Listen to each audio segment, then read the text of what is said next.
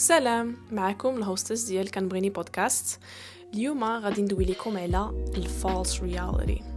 بغيت نهضر على السوشيال ميديا وكيفاش كتوهمك بلا الناس كيهتموا بيك، ولكن في الحقيقه كل واحد كيديها غير في حياته، وكيفاش كتبان الصوره ديالو حتى الناس.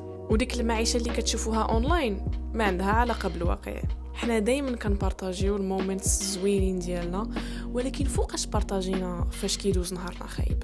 فوقاش بارطاجينا اليامات فاش ما كنقدو حتى نوضو من الفراش وكنحسوا بالعجز وما كنديروا حتى حاجه بروداكتيف. شي خطرات واخا كندوزو نهار فحال هكاك كنبوستيو شي حاجه في ستوري باش نريحوا الذات ديالنا ونبينوا للناس راه درنا شي حاجه مزيانه، ما في الداخل ديالك ما حاملش راسك. هنا كتبان الانسكيورتي، او بنادم ما كيكونش تايق في راسو وما يقدرش يبان على حقيقته، كيخاف يبان اوثنتيك. شنو كيدير؟ كيتبع الناس، كيتبع الافكار ديال الناس وكيخاف يجيوه وشنو غيقولوا عليه. كاين واحد الكووت اللي كتعجبني كتقول if you're not programming your mind then someone else will do it for you. يعني بنادم ما كيكونش كيختار افكار ديالو، غادي يتيق الفكره بنادم ويتبعها بلا ما يشوف واش كيتفق معاها ولا كيامن بها. ضروري بنادم خصو يشوف واش يقدر يعيش بشي فكره. does it serve you in some way؟ واش كتطورك كبنادم، ماشي كترجعك للور وتولي جاهل ما عارفش علاش كدوي. ما تخليش بنادم يزرع افكاره في دماغك. هادشي كنقولوا عن تجربه كتسمى البرين واشينغ. واخا انت دابا في راسك تقدر تقول انا كنخاف يجيوني الناس، ما يمكنش، رأي بنادم هو اخر همي. مي خصك تبحث في لي زاكسيون ديالك باش تعرف واش هادشي صحيح ولا لا. تقدر تكون كتنكر هاد الانسيكيورتي اللي فيك، داكشي شي خطرات كيكون في سبكونشس ديالك او اللاوعي، وكيتاخد تدريبات باش تصحح داك العيب اللي فيك. في اطار الانسيكيورتيز والثقه في النفس الناقصه، بغيت نقول لكم واحد الايروني بمعنى بحال واحد التعبير ساخر، ان هاد البودكاست سميتها كنبغيني، ولكن خاصكم تعرفوا بلا انا نيت كنعاني باش نبغيني شي خطرات. نشرح لكم. ديك النهار بقيت كنراجع في راسي شويه ولقيت بلا الهضره اللي كنقول في البودكاست والنصائح اللي كنعطي كنكون انا كنعاني من داكشي. يعني انا خصني نطبق دوك النصائح. ما ديرش بالك بلا I got my life figured out وحيت كندوي في شي موضوع بنوليدج وعندي ما يتقال فيه زعما هي انا ما كنعانيش كاع. ما كيعنيش انا معفيه عن الغلط، راه كاملين بينا ما كنعرفوش فين غاديين ولا فين غنكونوا.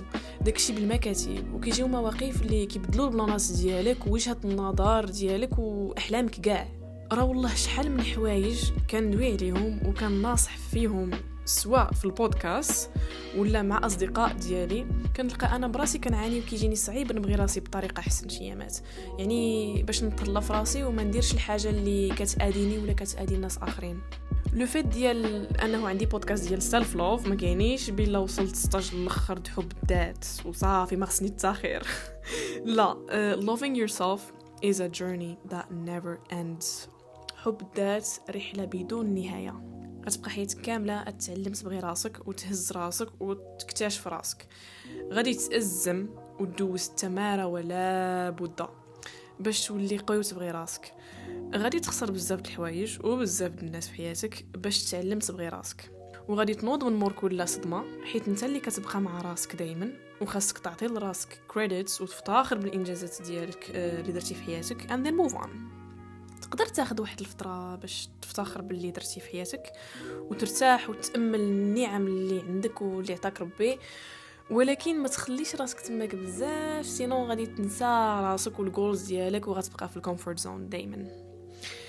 انا ماشي افضل مثال في حب الذات او العنايه بالذات، ولكن انا كنبغي نعاون بنادم من خلال الاكسبيرينس ديالي، حيت فاش كنشوف شي حاجه اللي تقدر تسهل حياه شي واحد كنهضر عليها.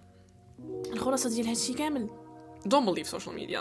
Don't believe the outer picture because they are hidden flaws deep inside of us. ما تيقش الصورة الخارجية وداك الشيء اللي كيبان لك على برا، حيت داخل كل واحد فينا كاين بزاف العيوب اللي ما كندويوش عليهم. وهذا ما كنتمنى تكون عجبتكم الحلقة ديال اليوم، واذا فدتكم شي حاجة تشجعوني باش نزيد من خلال التعليقات والمواصلة في السوشيال ميديا. راني حطيت كل شيء في description box، وتقدروا تخليوا لي شي ميساج في انستغرام او لا تيك توك اذا بغيتوا ندوي في شي موضوع كيعجبكم. شكرا للاستماع، باي باي.